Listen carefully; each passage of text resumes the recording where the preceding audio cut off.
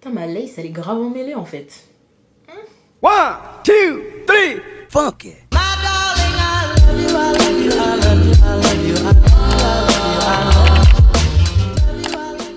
Salut à toi. Alors aujourd'hui, on va parler des différences entre la France et l'Angleterre.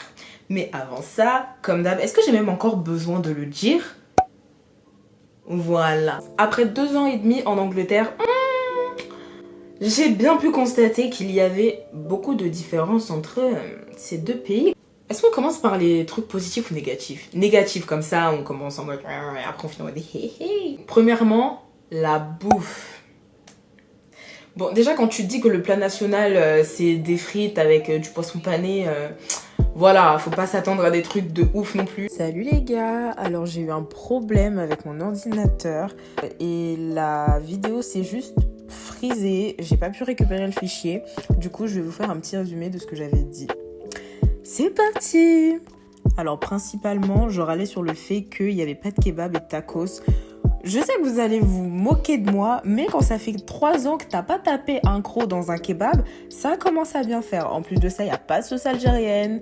Ils connaissent pas. Mais après, leur équivalent de kebab, c'est un peu des petits restaurants où tu vas avoir des menus en mode...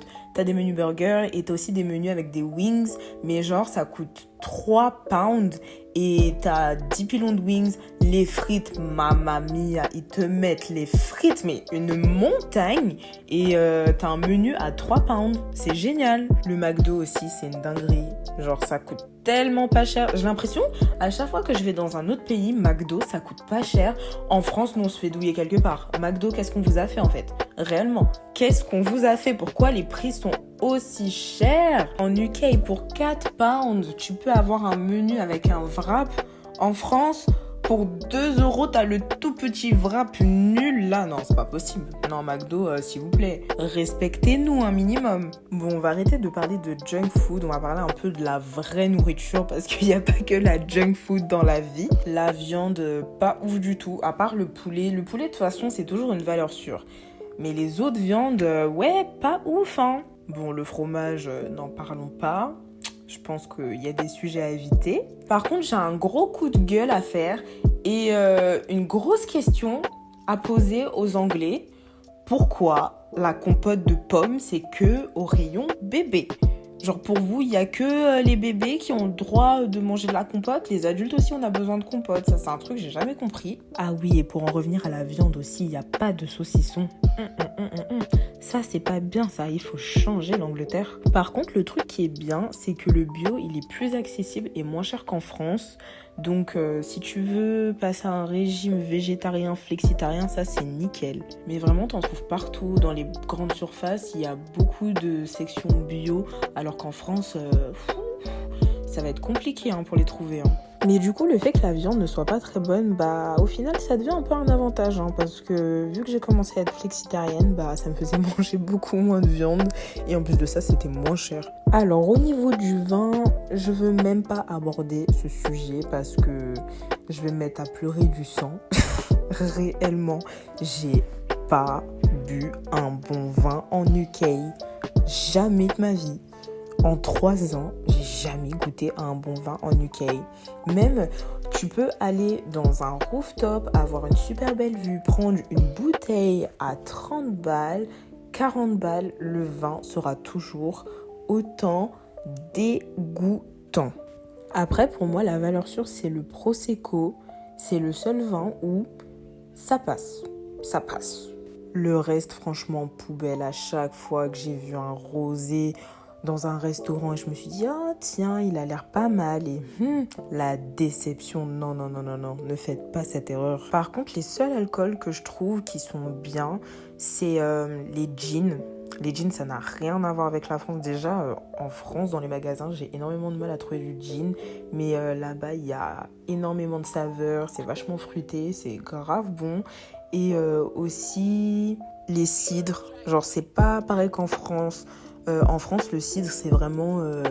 je vais pas dire c'est pour les enfants non plus, quoi, mais c'est vraiment un petit alcool comme ça, alors que là-bas, c'est comme la bière, mais en plus doux, et tu peux vraiment trouver du cidre qui est fort. Donc voilà, c'était les différences pour le miam miam. Revenons à la vidéo parce que ma tête là, en plus l'arrêt sur image est franchement dégueulasse. C'est moche, je suis moche. Franchement, la bouffe, le vin, c'était pas ouf, hein, alors qu'en France, on est là, t'as vu? Mais bon, en vrai, si on devrait juste retenir un truc, des goûts en Angleterre, s'il vous plaît, mettez-nous de la sauce algérienne, c'est pas possible sinon. Deuxième point négatif, le temps. Il pleut tout le temps. Tout le temps il pleut. Et quand il pleut pas, il fait froid. Voilà. J'ai jamais vu ça, un pays où même en été, il pleut. C'est dingue ça, c'est grave dingue. En plus avant j'étais à Londres et en étant à Londres je me disais ah il pleut tout le temps et tout. Mais attends, t'es pas allé vers le nord un petit peu, Manchester, mais c'était pire. Moi je pensais, quand je suis arrivée en Angleterre, je pensais que Londres c'était le maximum. Non, il y a pire que ça. C'est dur. Ici, quand c'est l'été, en France, c'est comme si c'était le début, milieu du printemps. C'est, ouais, température maximale, c'est 25. C'est pas ouf. Et en plus de ça, ça dure pas longtemps. Donc tu vas peut-être avoir 2 semaines de chaleur, après il va pleuvoir pendant 1 semaine et demie, peut-être même 1 mois. Troisième point négatif. Bon, après, je sais pas si c'est négatif ou pas, mais les villes sont petites. Déjà, j'ai réalisé il y a pas longtemps que l'Angleterre, bah, c'était plus petit que la France. Pour moi, c'était pratiquement la même taille. Et en fait, Londres, c'est une énorme ville, c'est même plus grand que Paris. Et t'enlèves Londres, bah, toutes les autres villes, bah, c'est vachement petit. Là, je suis à Manchester, et moi de base, je viens de Tours. J'ai l'impression que je suis à Tours. Enfin, au niveau de comment s'organiser, l'agglomération, le centre, c'est vachement petit, je trouve. Sachant que moi, j'aime bien les grandes villes. Bah, quand je suis arrivée à Manchester, j'étais un peu déçue parce que j'étais trop habituée à Londres. Si j'ai bougé à Manchester, c'est que justement Londres ça coûtait un peu trop cher. Mais en fait, au final, j'ai l'impression d'être à Tours. Et puis après, passer Manchester, Birmingham et tout, les autres villes, c'est que des petites villes. Cinquième différence, moi je l'ai pas mis en positif ou négatif. Moi, c'est juste une différence. Et si les soirées finissent plus tôt. En France, on a l'habitude à faire notre before, on commence peut-être à 22h, 23h. Et après, on va en boîte vers 1h du mat'. Et de là, bah, ça dure jusqu'à 6h du matin. Ici, c'est pas du tout organisé de la même manière. Déjà, moi, je sais jamais si les soirées commencent tôt ou pas parce que je préfère arriver quand l'ambiance elle est déjà là pour pas m'ennuyer. La plupart des clubs et boîtes ferment à 3h du mat, maximum 4h. Ouais, c'est pas comme en France, vous avez à 6h. Bah, ça fait qu'il y a beaucoup plus la culture du before et de l'after. Donc ça fait que quand les boîtes elles ferment et que tu veux encore t'enjailler, bah tu finis chez des potes, c'est vachement plus chill. Donc c'est pour ça, c'est pas positif ou négatif, c'est juste différent.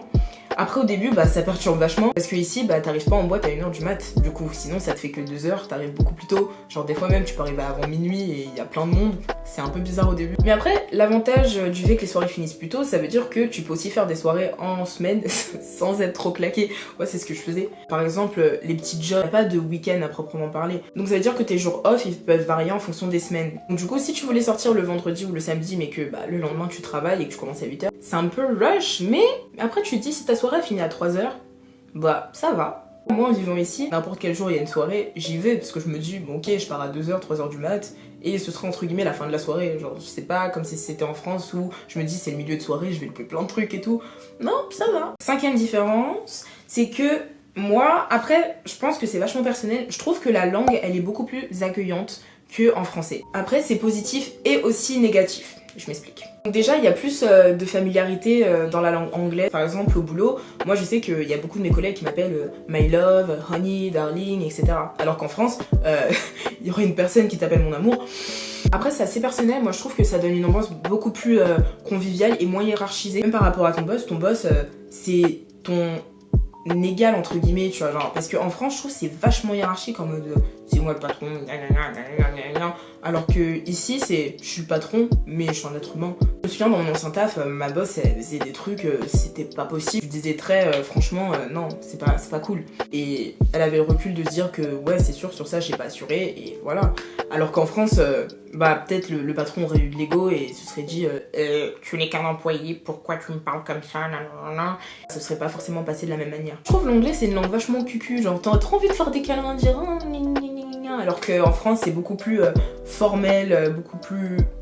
Mais d'un autre côté ça peut être aussi négatif dans le sens où ça peut être vachement hypocrite dans certains cas, parce que c'est pas parce qu'une personne bah, elle va dire hello my love, how are you, que forcément bah, ça veut dire que la personne elle t'apprécie de ouf. Nombre de fois où au taf bah, justement t'avais des personnes qui étaient ultra mielleuses comme ça, et en fait au final tu te rends compte qu'à la fin c'est les pires, que tout le temps quand t'es pas là elles parlent trop sur toi et tout, tu te dis ah ok. Donc c'est pour ça au début je prenais vachement pour de la gentillesse alors qu'en fait non, c'est juste la manière dont ils parlent, c'est normal pour eux, c'est pas de la gentillesse. Au début genre j'étais trop là en mode oh c'est trop mignon et tout, alors que non, pas du tout en fait. Pouce. Je rajoute une petite différence, donc on va l'appeler la différence combien même 3, 4, 5... Différence 6, je viens juste de me rappeler là parce que bon, je vous vois déjà venir. Oui, le racisme, ça se passe comment en Angleterre? I ain't gonna lie, je sais pas. J'ai pas envie de dire il y a pas de racisme parce que moi ça m'est jamais arrivé, mais juste je sais pas. Pourquoi je sais pas? C'est que j'ai jamais réellement traîné avec des personnes anglaises. Genre, je vais dire natifs anglais. La plupart du temps, c'était vachement avec des étrangers. Surtout à Londres, il y a énormément de diversité culturelle. Limite, en fait, je croisais plus d'étrangers à Londres que de vrais natifs anglais. Même à mon travail, quand je suis arrivée à Manchester, j'étais beaucoup avec des Portugais, des Brésiliens, des Italiens. Des Polonais aussi, beaucoup. C'est pour ça que je pourrais pas donner une vraie opinion parce que j'ai jamais été confrontée à ça. Sauf si les trucs bêtes là, quand j'étais sur Tinder où toujours des personnes grave chum, ils sont en mode ah j'adore les noirs, un peu cliché, mais bon, ça voilà. Mais en soi, genre je pourrais pas exprimer s'il y a plus de racisme ici ou en France par rapport à ça. Donc clairement pas. J'ai plus vécu du racisme du fait que je sois française plutôt du fait que je sois noire. Et ça c'est ultra intéressant parce que c'était la première fois que ça m'arrivait du coup. Genre c'était très bizarre un peu. Je parlais à une dame et tout et au bout d'un moment elle me demande mon origine parce que mon accent quoi. Et je lui dis je suis française, elle me fait ah j'aime pas les français.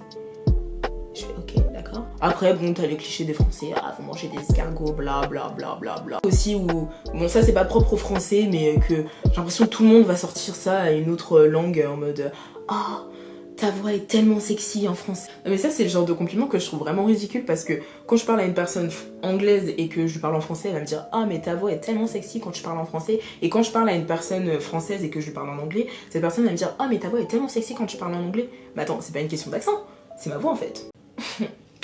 I'm sexy bitch. Septième différence. C'est une différence mais à 10 000% positif. L'ouverture d'esprit. Oui. Même au-delà de l'ouverture d'esprit, le respect. Le respect. Oui. C'est tellement bien de vivre ici, mais genre sur plusieurs points, mais oh my god. Tu peux vraiment t'habiller comme tu veux. Y a pas de standard, tu mets une mini-jupe, personne va t'insulter dans la rue, personne va te regarder bizarrement. Tu t'habilles de manière atypique, personne va te regarder avec des gros yeux en mode c'est quoi ça? Allez dans un restaurant assez chic et vous allez voir que les serveurs ils sont pas pareils.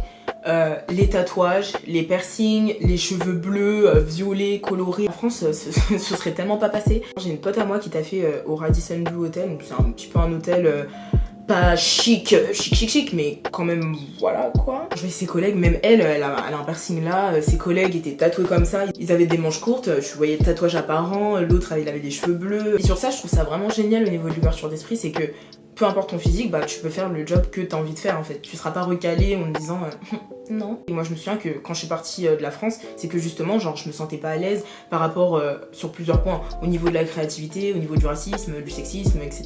En arrivant à Londres, j'ai très vite vu la différence. Rien qu'en sortant en boîte de nuit, t'as des meufs, elles avaient des mini-jupes, des mini-robes, mais c'était limite, on voyait pratiquement leurs fesses. Elles se prenaient aucune remarque. Alors que je sais qu'en France, que t'aurais plein de mecs qui se seraient permis de les insulter ouvertement comme ça dans la rue. Personne n'aurait réagi, alors que ici non. Même au niveau du make-up, les personnes ici elles se maquillent plus. On aime ou on n'aime pas, mais au moins t'as la possibilité de faire ce que tu veux. Il y aura personne qui va être jugé derrière parce que t'as mis je sais pas combien de tonnes de fond de teint ou quoi que ce soit. Même si moi personnellement, au niveau de mes goûts, je trouve que c'est pas très joli, mais je suis qui pour juger les autres. C'est pour ça que j'ai dit il y a l'ouverture d'esprit / le respect, parce que il y a des choses que tu peux pas forcément apprécier chez quelqu'un, mais tu peux la respecter. Le fait que tu n'aimes pas la tenue d'une personne, ça veut pas forcément dire que tu te sens obligé de l'insulter ouvertement dans la rue. Je regarde des gens, ça change tout. Moi je me souviens quand je me baladais à Tours, j'avais un style assez original, mais sans trop être original non plus. T'es pas en mode kawaii et tout. Ça déjà je me prenais des regards en mode elle est habillée différemment. Alors que ici, mais limite j'ai l'impression que je pourrais sortir nue dans la rue, tout le monde... c'est une journée normale pour tout le monde. 8e conseil, c'est plus facile de trouver du travail. Bon, pouce. Là on est en période Covid, donc c'est pas du tout simple. Donc si tu veux venir en Angleterre pendant cette période là, ça va être un peu... En plus là il y a le Brexit. donc ça va être un peu compliqué. Mais si tu oublies le Covid et tout, c'est ultra simple de trouver du travail ici. C'est impressionnant à quel point c'est simple. Et aussi, quand t'es recruté, c'est beaucoup plus rapide. Genre, tu peux poser ton CV un samedi et commencer le lundi de la semaine d'après. C'est ultra rapide. Souvent, il n'y a pas réellement d'entretien. Genre, je parle surtout pour les petits jobs. Tu vas faire un test et on te dit à la fin du test si t'es pris ou t'es pas pris. Donc du coup, voilà, et si t'es pris, tu reviens. Mais ça peut être tu reviens le lendemain ou en début de semaine d'après, tu vois. Et c'est ultra rapide. Moi, ce qui est bien, c'est que tu sais ta réponse, t'es sûr, t'es fixé. Alors qu'en France, c'est beaucoup plus long. Tu vas déposer ton CV, tu vas les appeler pour voir s'ils ont vu ton CV, pour montrer que t'es motivé. Après, tu vas avoir un entretien. Après, tu vas devoir attendre la réponse. Après, j'avais fait ça pour taffer au McDo. C'est ultra long pour un job où tu vas pas être premier ministre, hein, tu vas juste servir des burgers. J'ai l'impression au niveau des jobs ici, ils sont beaucoup plus réalistes. Ils savent que, par exemple, si tu veux postuler pour un petit job de serveur dans un fast-food, ils vont pas dire qu'est-ce qui te motive dans ce job. Enfin frère, t'es là, tu sers des burgers. Qu'est-ce qui va te motiver dans ce job à part de la thune? C'est pas ta passion inavouée pour le burger. Enfin, la meilleure manière de trouver du taf, c'est tu imprimes tes CV, tu vas dans la rue, tu les déposes, t'as des réponses, t'as pas de réponses. En général, t'as des réponses et tu commences à taffer la semaine d'après. Moi, j'ai jamais attendu plus d'une semaine pour avoir un taf. À chaque fois, je vais déposer mes CV dans la rue et la semaine d'après, j'avais mon taf. Surtout en plus, j'ai trouvé plusieurs fois des tafs. Entre les fois où j'étais à Londres, les fois où j'ai emménagé à Manchester, après quand il y a eu le lockdown et que j'ai dû retrouver un truc. Je trouve que ici c'est ultra facile de trouver un job, alors qu'en France, j'ai essayé plusieurs fois pour même les jobs d'été et tout, c'était assez galère. Après, j'ai pas beaucoup d'expérience de taf en France, j'ai juste eu 2 jobs, et en plus mes 2 jobs, je les ai eu en même temps. Donc c'est pour ça, moi j'ai plus taffé en Angleterre qu'en France. En Angleterre, j'avais 19 ans, maintenant j'en ai 21, donc... Vous me direz en commentaire si pour les jobs, au final ça a changé ou pas, ou si j'ai raison ou si j'ai complètement tort. Mais voilà de mon expérience il y a 3 ans quand j'étais en France. 9e et dernière différence, le salaire. Non mais vraiment, le salaire le jour la nuit. En fait, ça dépend de ton âge parce que en France, il y a le SMIC. En Angleterre, le SMIC est classé en fonction de ton âge. Donc en fait, si t'as 18 ans, 17 ans et tout, c'est rush. Même avant 21 ans, c'est rush. Je vais mettre les prix en bas. Mais après 21 ans, ça va de ouf. Genre tu peux postuler dans n'importe quel job. Mais ça, en plus, c'est le minimum. Donc en fait, si tu trouves un job où ce sera pas le minimum, et en général, la plupart des jobs, c'est pas le minimum. Donc tu vas être payé entre 8,20, 8,40, 9 balles de l'heure en général, hein, quand tu trouves un job normal, genre un job de serveur, barista ou quoi que ce soit, tu vois. Contrairement au SMIC français, c'est beaucoup plus élevé, et en plus je me dis quand tu convertis les pounds en euros, ça te fait encore plus de thunes. Moi je me souviens quand j'ai emménagé à Manchester, j'ai taffé à prêt à manger, et c'est vraiment truc de base, customer service. Et sur une semaine de 35 heures, j'étais payée 8,40, plus tu rajoutes un bal de bonus à chaque fois, ça fait qu'à la fin du mois, j'avais un salaire de 1400 balles. Tu mets en euros, ça va faire 1500 balles, alors que j'étais juste serveuse, quoi. Et en plus de ça, je pouvais avoir des bonus, genre 200 balles et tout. Bon, après ça, c'est pas dans tous les jobs, hein. C'était vraiment, genre, prêt à manger, c'était vraiment doux, en vrai. C'était vachement doux. Mais je me dis, si t'as un job de serveur, au lieu d'avoir un SMIC en France, où peut-être t'aurais 1100... Je sais pas combien, je sais plus c'est quoi le SMIC en France. Ici, tu peux être payé 1300 balles, quoi. Oui ?